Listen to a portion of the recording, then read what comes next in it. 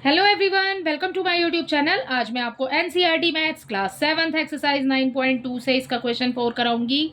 देखो बच्चे, क्वेश्चन 4 है, a gardener wants to fence a circular garden of diameter 21 metre. ठीक है, आपको एक सर्कुलर गार्डन दिया हुआ है, गार्डनर वांट्स टू फेंस। ठीक है, अगर गार्डनर उसकी फेंसिंग करना चाहता है, find the length of rope he needed to purchase. ठीक है, अगर वो कितनी रोप, अगर फेंसिंग, एक सर्कुलर गार्डन आपको दिया हुआ है ये सर्कल में, ठीक है, अगर उसकी फेंसिंग करनी है तो उसको कितनी रोप की नीड होगी। If he make 2 round of fence, ठीक है, और फेंसिंग के कितने राउंड करना चाहता है, 2। तो आपको बताना है कि कितनी रोप की उसको नीड होगी। If he makes 2 round of fence, also find the cost of rope. आपको रोप की कॉस्ट भी फाइंड करनी है बच्चे। 1 मीटर कॉस्ट, 1 मीटर रोप की जो कॉस्ट दी हुई है ना आपको, वो कॉस्ट आपको दी है बेटे 4 रुपीज। ठीक है, सो आपको पाई की वैल्यू लेनी है यहाँ पे 22/7। देखो, अगर हम सर्कुलर गार्डन की फेंसिंग करना चाहें तो बेटा हमें सबसे पहले तो ये पता होना चाहिए ना कि सरकमफ्रेंस कितना है गार्डन का। ठीक है, सो हम इस क्वेश्चन के लिए यहाँ पर जो हमें गिवन है सबसे पहले लिख लेंगे, अपने सॉल्यूशन को स्टार्ट कर रहे हैं 4 नंबर। ठीक है, हमें डायामीटर दिया हुआ है, सो हम यहाँ लिख लेते हैं डायामीटर ऑफ गार्डन। ठीक है, डायामीटर ऑफ गार्डन कितना है, is equal to 21 metre. Right, अब हमें सरकमफ्रेंस बोला है मैंने आपको, सरकमफ्रेंस के लिए हमें रेडियस चाहिए। सो रेडियस क्या होता है बच्चे, रेडियस होता है बेटा हाफ ऑफ सर्कल। सो यहाँ पर, सॉरी, हाँ, हाफ ऑफ सर्कल होता है। ठीक है, सो रेडियस यहाँ पर आपको डायामीटर दिया हुआ है। ठीक है, डायामीटर क्या होता है, कंप्लीट होता है। ठीक है, फुल ऑफ सर्कल है, ये हाफ ऑफ सर्कल हमें रेडियस चाहिए। तो ये हो गया 21/2, ये हो गया हमारा रेडियस। इसको कैंसिल भी कर सकते हैं। ठीक है, बट अभी हम यहाँ इसे कैंसिल नहीं कर रहे हैं। अब हम क्या फाइंड करेंगे बेटा, सरकमफ्रेंस ऑफ सर्कल। ठीक है, सो यहाँ पर सरकमफ्रेंस लिख रही हूँ, सरकमफ्रेंस ऑफ सर्कल। ठीक है, फॉर्मूला क्या होता है बेटा, फॉर्मूला हो जाएगा बेटा 2πr। ठीक है, 2πr। अब 2 के लिए 2 लगाइए, मल्टीप्लाई करेंगे, पाई की वैल्यू आपको क्वेश्चन में दी हुई है यहाँ पर 22/7। सो ये हो गया 22/7 हो गया बच्चे। ठीक है, मल्टीप्लाई, फिर आर क्या है, आर हमने निकाला है 21/2। ठीक है, अगर हम इसे कैंसिल करते तो 11.5 आ जाता, तो 11.5 भी लिख सकते हैं आप यहाँ पर। ठीक है, बाकी आपको मल्टीप्लाई करने में फिर डेसिमल में आएगा, फिर आपका जो भी होगा। ठीक है ना, अब देखो यहाँ पर जो भी कैंसिल हो रहा है उसको काट दो। ठीक है, 7 1 जा 7 हो गया, 7 3 जा 21 हो गया। राइट, अब ये देखो, ये वाला 2 तो ऊपर है और ये वाला 2 नीचे है। ठीक है, 2 1 जा 2 हो गया, 2 1 जा 2 हो गया। तो हमारे पास क्या बच गया, 22 की मल्टीप्लाई 3 से कर देंगे। ठीक है बेटा, तो 22 की मल्टीप्लाई 3 से करेंगे, सो यहाँ आ जाएगा 66 मीटर।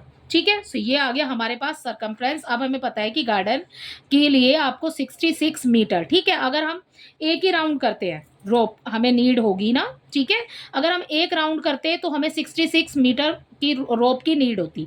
ठीक है, लेकिन यहाँ पर कितने राउंड्स हैं, 2 राउंड है, तो यहाँ पर हम इसकी मल्टीप्लाई 2 से कर देंगे। सो हम यहाँ लिख देते हैं अपने क्वेश्चन के लिए, since the gardener wants to, since the gardener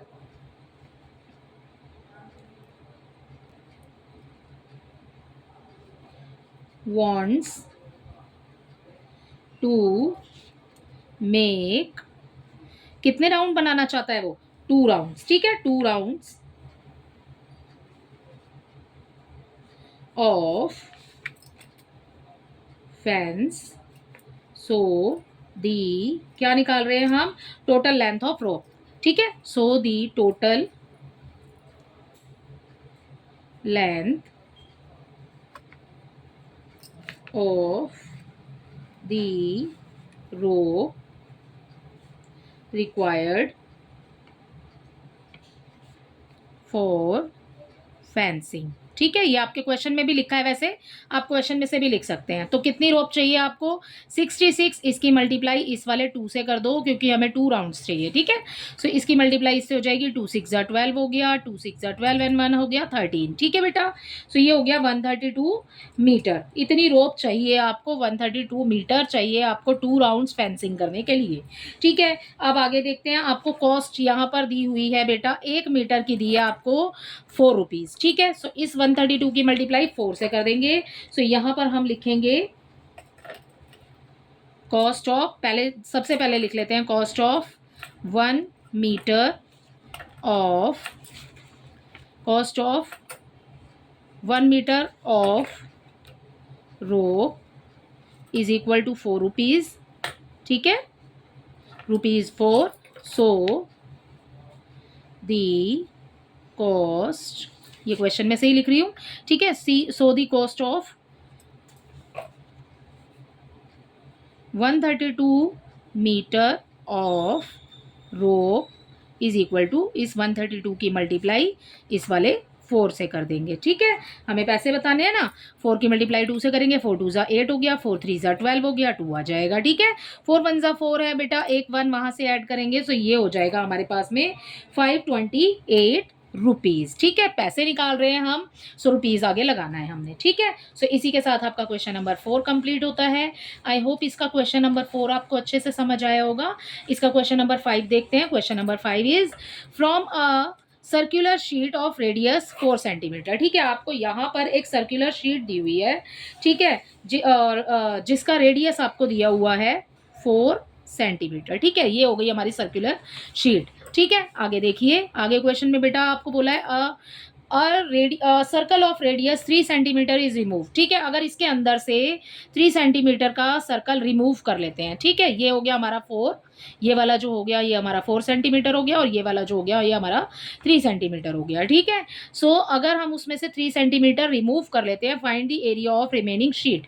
आपको ना इस वाली रिमेनिंग शीट का एरिया बताना है कि कितना बचेगा, ठीक है। आपको पाई की वैल्यू लेनी है 3.14, राइट। सो यहाँ पर देखो कैसे करेंगे इसको।